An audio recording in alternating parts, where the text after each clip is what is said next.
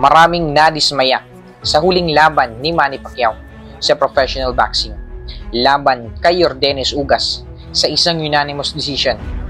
Pero paano nga bang natalo ang ating pambato sa laban? Meron po akong nakitang mga dahilan at iisa-isahin natin yan. Alam ko, may magsasabing pagtalo, talo, wala nang rason. Bukas po ang ating comment section para pag-usapan yan. Ito po ay sarili kong opinyon at open po ako sa mga correction.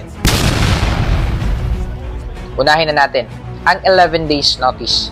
Karamihan po sa mga boksingero ay may 2 to 4 months na paghahanda bago ang laban. Sa training ni Pacquiao ay estilo laban kay Errol Spence sa pinaghahandaan niya na isang kaliwete o southpaw. At dahil nga may eye injury si Spence, pinalitan siya ni Ugas na wala ng 2 linggo bago ang laban. At nang nagharap na sila sa ring, nakita natin ang epekto nun. Yun ay ang hindi pagsunod ng katawan ni Senator Manny sa game plan.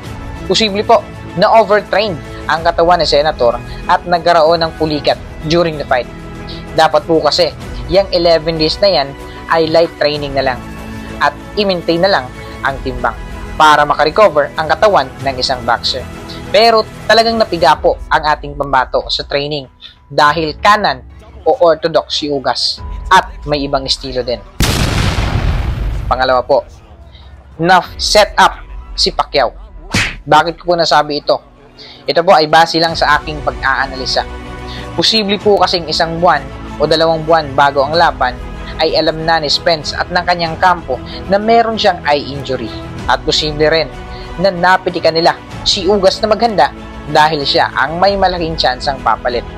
Dahil po doon, nakapag-take advantage si Ugas na mag-training na laban sa estilo ni Pacquiao. At sa laban, tila naging accurate niya at akmang-akma ang estilo ni Ugas laban kay Pacquiao. Pangatlo, ang 2022 presidential election.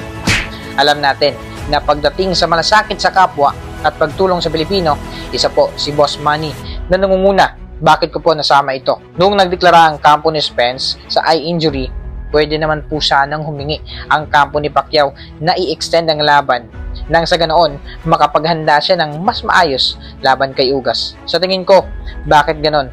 Maaring meron ng mga schedule si Pacquiao sa kampanya pagkatapos ng laban.